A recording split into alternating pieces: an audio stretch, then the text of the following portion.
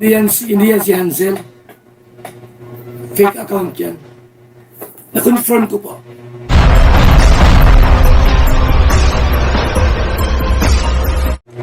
Nakakalungkot itong nangyaring ito ngayon, no? Sa live ni Bal Santos Matubang kanina. Because yung ine-expect ko na dami account, mukhang totoo. No? Ayon mismo kay Bal Santos Matubang. Remember, kung matatandaan ninyo, nagkaroon nung may isang live si Bal na after niya mag-live, dumiretso siya, pumunta kanila Batalero to confirm yung identity. Pero wala doon, kaya napunta siya kay Dr. Okay? And dito, sa live niya na to, meron siyang nire-reactionan na itong Hansel ay mayroon na namang sinabi sa isa sa mga pinasok niyang vlog and explaining something. No? So kung ano po yun po yung aking bibigyang reaction dito sa video na to. And kung bago pa lang po kayo sa aking channel, please don't forget to like, share, and subscribe na rin po and pakihit ng notification bell para maging aware kayo sa aking mga upcoming content. Any comment, suggestion, recommendation, leave it on our comment section. Issue lang po tayo, walang personalan. And always po, no, mag-fact check kayo para hindi po kayo magpagsabihan fake news. And there's nothing wrong in double checking whatever you think is valid for you, no? But make sure na may kaakibat po yan ng paliwanag ninyo mismo para kaya nyo ipaliwanag at hindi kayo mapagsabihang fake news talaga. Okay? So ito na nga po, nakakalungkot, no? At bakit nauwi sa ganito? No, yung nanay ni Beyonce, bakit naman ganun yung mga ginawa, di ba? Nakakalungkot lang dahil iba ang pagkakakilala sa inyo ni Kalinga Prab, no? He respect you a lot. Diba? Nanduro yung respeto po sa inyo. Kung naalala ninyo, ang pangit po kasi masyado po kayo nagpapa-apekto sa mga basher, no? Sana po hindi kayo nagpapa-apekto, Madam Hansel. Kasi ngayon po, lalong imbis na hindi mapapasama si Beyonce, siya po ang nadidiskitahan. No, dahil po sa mga aksyon ninyo, kahit na ano pong gawin ninyong paglayo o sabihin nyo man na labas si Beyonce, kayo po ay magulang pa rin ni Beyonce. No? Kaya kung ako po sa inyo, sana Madam, pinag-isipan niyo po muna yung inyong mga sinabi doon sa inyong kinoment. Okay? Kung ano po yan, allow me to share. No, actually, kinuha ko rin to kay Kuya Bal. Ipaparinig ko lang sa inyo kasi pinarinig niya naman sa live niya. And may mga pinaliwanag po doon si Kuya Bal. No, na nagpapatunay na ito ay si Hansel, yung umiikot-ikot na account na yan sa iba't ibang that's how they address it. May mga anti-kalingap. Doon po siya pumapasok and no, chatting these kinds of explanation na ginagawa niya. Eh ang problema, nariribatan po siya. At yun nga, no, sana nirespeto nyo na lang po sana si Kalinga Prab. No, kasi sila naman po ang kausap nyo. Hindi naman po yung mga basher, hindi naman po yung mga viewers. No? And kung mayroon mga sponsor na involved, kayo po yung bas dapat na nakakaalam. No? Nung dapat gawin. And that is to respect Kalinga Prab. Kung hindi man po kayo nare-respeto ng ibang Kalinga vloggers, no? Sila po yun, hindi po hawak yun ni Kalinga Prab. Okay, so ano pong nangyari? Eto, pakinggan nyo po, yung isi-share ko sa inyo. Yung mga sponsor na nagpagawa ng kwarto ni Beyonce, kasama po doon si Sir Leo D. Kasi po yung panggawa ng kusina ay yun po ang gamit sa pagsemento ng kwarto ni Beyonce. So, kung narinig nyo, no, yan po yung kumakalat ngayon ng mga usap-usapan. Dito sa SOCMED ngayon, yung pagpapagawa ng kwarto ni Beyonce, no, na sinagot po, no, ni Bal Santos Matubang, and he confirmed na yan ay talagang si Hansel. Bakit? Ito na po yun. Ngayon, Dito nga guys, sabi niya naman itong ito po ngayon, masabi kayo, ay hindi yan si Hansel. Fake account yan. Na-confirm ko po na ni Hansel po yan. Confirm ko po na si ni Hansel.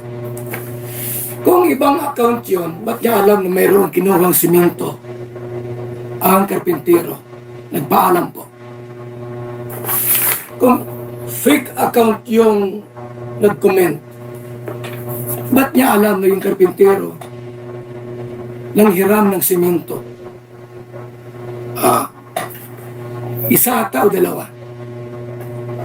Yung simento po ay halagang 260 pesos. Okay?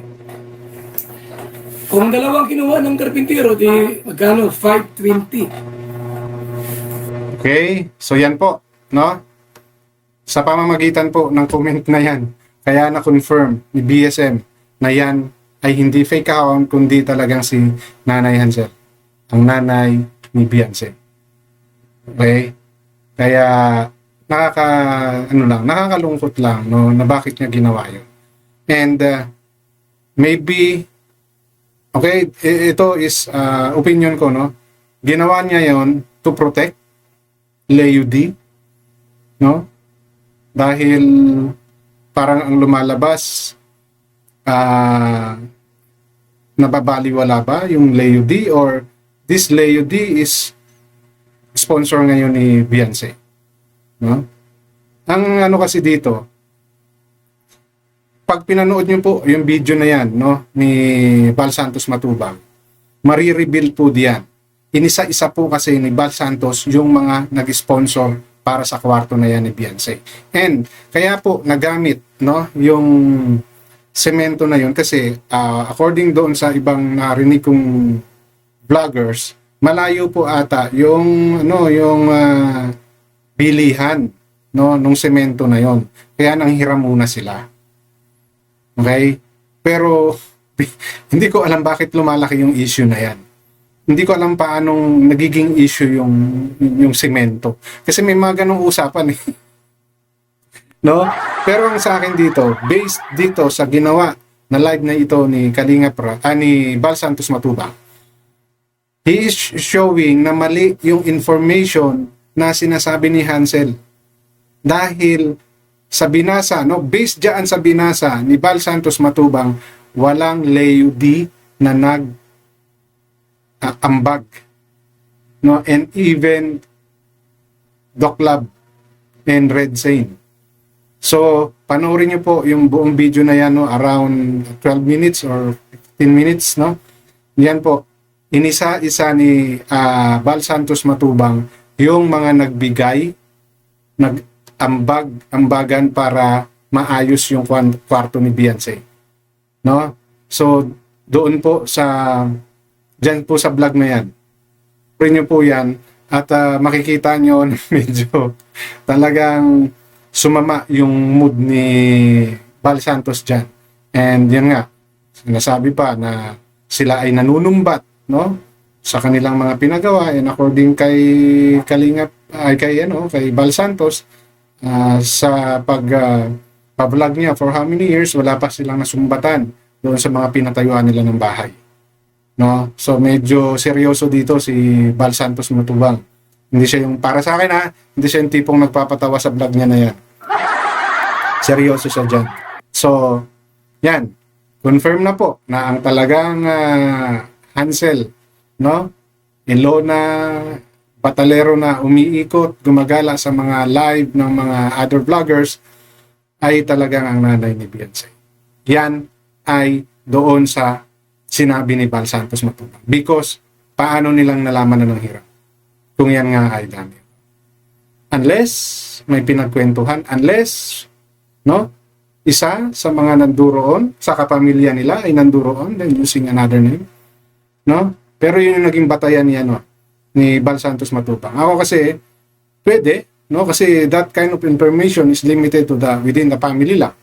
Di ba? And pwede rin, within the family, may gumawa ng dummy account. Di ba? Pero sa ngayon, pangahawakan natin yung sinabi ni Bal Santos. But katulad ng sinasabi ko, yung other option, no? It might be not really Hansel, but people around him na may alam sa paano pinagawa yung bahay. At ngayon, itong si Leo D, dahil sa ganyang nangyari, nagdadrag tuloy yung pangalan niya na sponsor. Which is hindi maganda. Kasi malaki ang part ng mga sponsor sa vloggers at sa mga beneficiaries. No, for them to drag in this kind of issue, no, parang mawawalan ng gana yung mga yan. Di ba? Maring mananahimik yan. Yan yung mahirap, no? So, dapat sa mga ganitong bagay, yan, katulad niyan, mga ganyang binitawang salita ni Nanay Hansel. Ano ba yung gusto niyo i-prove? Na dahil si Leo D ay sponsor nila? At nasa kanila ngayon? Sa tingin nyo, hindi babasahin ni Bal Santos yung list of mga nag-ambagan kung hindi tama yan? Diba? Lahat yan, binanggit niya. Puntahan nyo po yung live na yan. No? Yung live niyan pong yan, doon nyo po malalaman kung sino-sino ang nagbigay. At siya, more than 100,000 ang binigay. Some are 10, 5, ganong amount. No, pero siya yung may pinakamalaki. Kasi umabot ng 200,000 plus yung pagpapagawa ng kwarto ni Beyonce. No, so nakakalungkot. Nakakalungkot na umuwi sa ganito. So if this is really what's happening right now, so doon sa latest vlog ni Kalinga Prab, I think it might really happen na i-drop niya na si Beyonce. No? Kasi ito na nandito na yung magulang. Di ba? Nakikigulo na, samantalang si Beyonce hindi. So, medyo nagiging masalimuot yung kwento. Yan yung sinasabi ko na dapat, no, respeto yung pinairal. Okay? Kinausap yung mga dapat kinausap. Hindi po dapat nakikinig dito sa mga viewers, sa mga sulsuler at sulsulero, sa mga marites. No? Sayang po, Nanay Hansel, no? Dahil, kinukonfirm na kasi ni Bal. No? Pero katulad ng sinabi ko, it might be someone also close to the family, kaya nalaman yung mga ganong detalye, no, na sinasabi ng Hansel.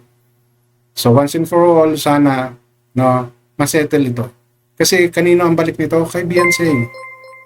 Si Beyonce po ang nababalikan. Jogan Blog May TV, subscribe to nag-subscribe. the channel. Sorry po, just sa sumasayaw. Okay? So, yun lang po yung gusto kong i-share sa content ko na to, and let's see kung saan tayo dadalhin ng kwentong ito ng mga batalero at the rest of the Kalingap community. So, hanggang dito na lamang. Maraming salamat.